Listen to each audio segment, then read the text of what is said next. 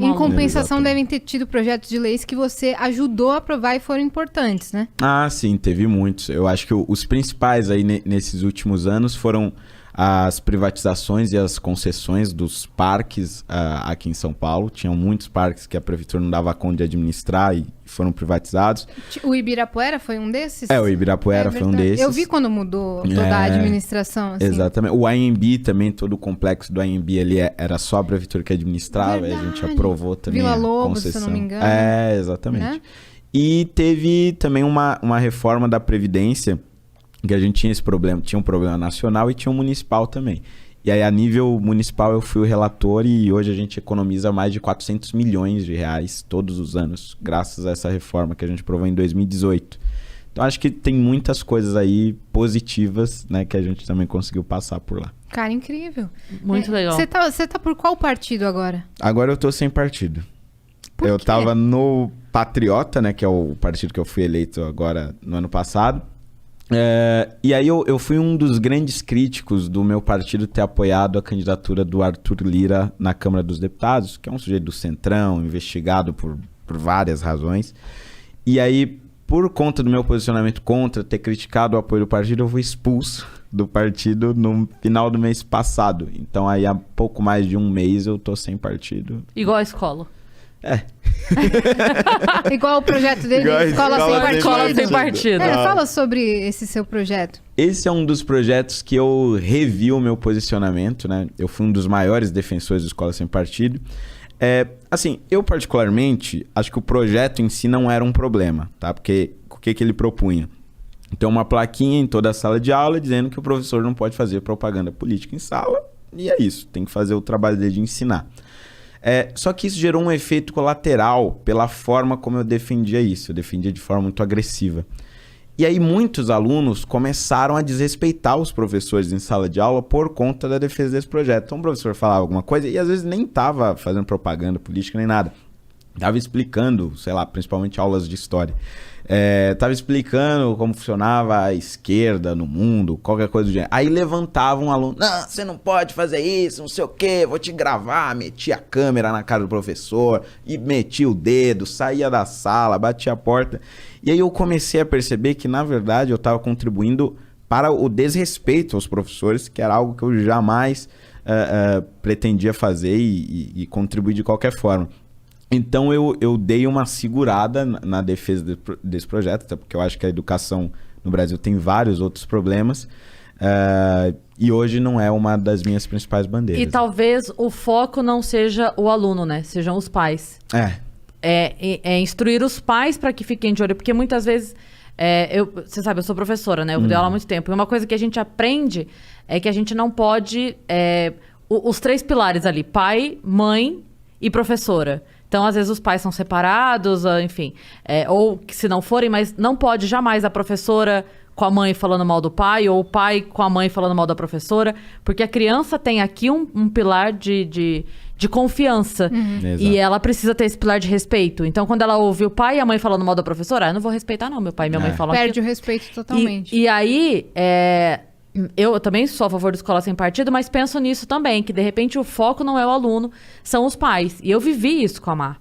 Eu vivi isso na escola da Mariana, tive uma briga fodida no colégio dela, porque teve um professor uma vez que chorou em sala de aula, chorou, e quando eu digo chorou não é uma leve emocionada, chorou copiosamente, porque o Lula vai voltar e não sei o quê, tipo, chorando, assim. E aí eu falei, a Má entrou, pela mesma abertura de porta que ela passou, eu saí e fui pra escola. Passei a mão, saí a louca, né? Fui na escola, e aí sentei pra conversar com a coordenadora. Ela falou, nossa, que estranho, mas aqui foi muito engraçado, porque ela falou pra mim assim, porque aqui a gente fala dos dois lados. Eu falei, então você já começa errado, porque não tem dois lados. Tem 847 que eu sei de lados aqui. Não tem dois. Se você tá falando de dois, você já tá começando errado. Você já tá começando a mostrar pras crianças uma divisão ali que não é pra ser. Então, e aí foi... Mas assim, foi uma vez que eu fui, sentei, conversei. Na outra eu já cheguei um pouco menos disposta ao diálogo. Já tava bem puta. E aí na terceira eu entrei na sala dela sem ser anunciada, bem sem educação mesmo. Entrei, aí ela assustou e falei, o negócio é o seguinte, eu já conversei, eu já expliquei. Eu só vim aqui perguntar pra você se eu vou te acionar como diretora, se eu vou acionar você e o professor como funcionários da escola, porque daí eu vou procurar a diretoria de ensino, ou se eu vou procurar a justiça, porque daí eu vou acionar vocês como cidadãos. Porque vocês estão usando de subserviência com os alunos em sala de aula. São menores de idade, você não pode fazer isso, ele tá numa situação de poder pra cima das crianças, e aí elas são obrigadas a não debater, não discutir, o professor fala é lei. E aí, não. Aí o professor nunca mais falou. E aí, porque a minha questão não era essa, eu ainda falei pra ela, eu falei, se ele tá com problema de ter com quem conversar, fala pra ele me ligar que eu tomo um café com ele. Se ele não tem amigos. Mas com as crianças não, porque em casa eu converso com a minha filha, mas e os outros pais que não estão sabendo o que tá acontecendo? Exatamente. Então o professor, e aí ela falou assim, foi muito engraçado porque ela falou... não sabem mesmo. Não sabe. A maioria nem tem nível de instrução pra poder acompanhar. Discernir. Não tem tempo, não sabe nada. Exatamente. E aí, no primeiro dia que eu fui, falei que ele tinha chorado em sala de aula e tal. Ela falou assim, mas de repente foi bem no dia da... A votação foi no domingo do impeachment, foi na segunda-feira. E que aconteceu isso? Caramba. Foi naquela segunda. Aí ela falou assim, ele devia estar mal e tal. Eu falei, então ele chora em casa. Porque se eu tiver mal e eu for no meu show e chorar, ninguém paga ingresso, eu não pago a escola. Então ele não tá bem, ele fica em casa, chora. No outro dia ele vem e tudo bem. Ele não tem que chorar em sala de aula. Exatamente. Pelas paixões dele, sejam políticas ou de outra ordem, sexuais, sei lá. E aí, mas eu tô contando esse relato pessoal porque eu sei que isso acontece, a gente sabe que isso acontece.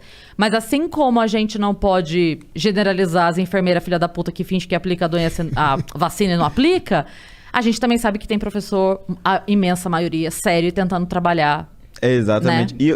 E eu percebi isso porque eu já cursava, né, desde 2017, a faculdade de licenciatura em História. Aliás, desde 2018. Faculdade de licenciatura em História. Você ainda tá? Ainda tô. Tô terminando, graças a Deus. E aí, em 2019, eu comecei a fazer estágio, né? Tem que ir na escola e tal, e até dar algumas aulas.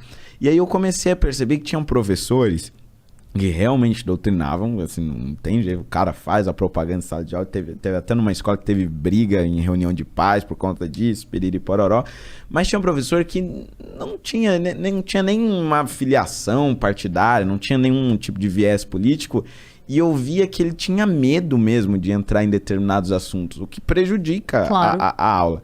Então eu comecei a perceber que era muito por conta disso, pela velocidade que muitas vezes a gente defende o escola sem partido.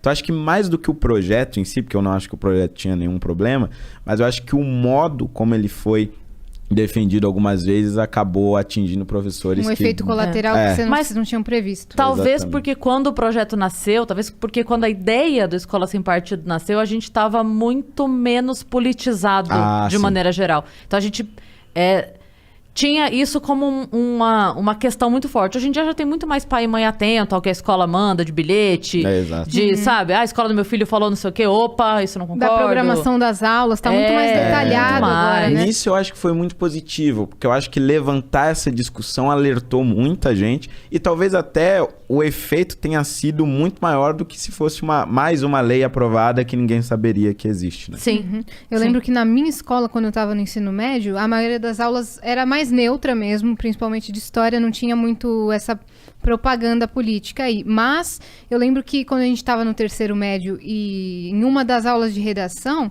a gente estava estudando redações que poderiam cair, dissertações para fazer com temas que poderiam cair no Enem, né, no vestibular. E eram temas bem polêmicos e dava para sentir julgamento no professor quando ele via a opinião de alguns alunos que não batia. Isso dava uma incomodada, porque aquele aluno não sabia por que não batia, e o outro aluno que tinha outro posicionamento, por que estava agradando mais o professor, entendeu? Exato. A Má chegou a fazer algumas aulas com uma professora de redação para prestar o Enem, e a orientação que ela recebeu foi: você não precisa nem concordar, mas escreva nesse tom. Porque senão você não passa na prova. Sério? Aí Sério? Não foi? Meu Deus. Você ganha 10 porque você concorda com a opinião da professora ou porque você expôs seus pontos, seus argumentos Porque foi um texto bem escrito. Exato, a gente não sabia. né? Então era meio complicado. Até que começou a se instaurar um debate dentro da aula, onde cada aluno podia expor seus pontos sobre aquele tema. A gente fazia um debate saudável, que não tinha uma conclusão, mas cada um depois absorvia e tirava a sua própria conclusão. Aí sim, a gente se sentiu mais confortável enquanto aluno ali. Teve um evento na escola da Mal uma vez também. Eu sempre fui, né? Eu falei pra coordenadora, quando eu fui lá a terceira vez, eu falei pra ela, sabe qual que é o problema? É que eu não tenho trabalho formal. Eu posso vir todos os dias aqui.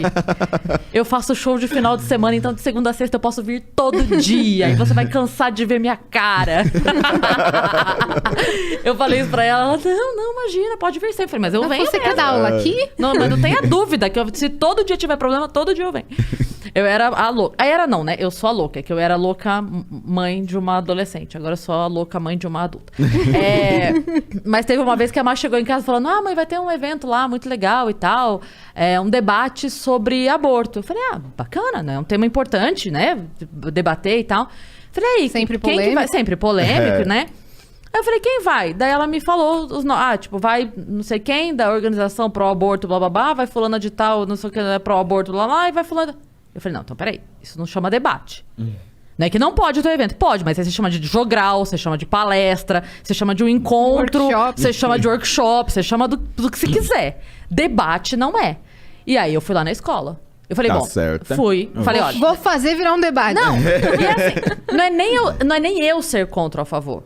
A questão não é essa. A questão é, você vai oferecer isso para os alunos, então você também vai oferecer... Deixa eles criarem, deixa eles entrarem em contato com a informação e escolherem a informação que lhe agrada. Exato. E aí eu falei, cara, eu te passo o contato do professor Francisco Raso, por exemplo. Eu passo contato, eu tenho contato de gente que... E aí você faz... Não precisa ser no mesmo dia. Você não quer polêmica, não quer briga? Tudo bem. Faz esse evento aqui. No outro final de semana, a gente faz esse evento aqui. De uma outra esfera, né? Cancelaram o seu? Poxa, não, o outro, né? Cancelar. O primeiro, acharam melhor cancelar esse do que ter os dois. Falei, então tá bom, então você cancela os dois. Mas é isso, é essa briga sempre pra que seja... Deixa a criança pensar, demônio.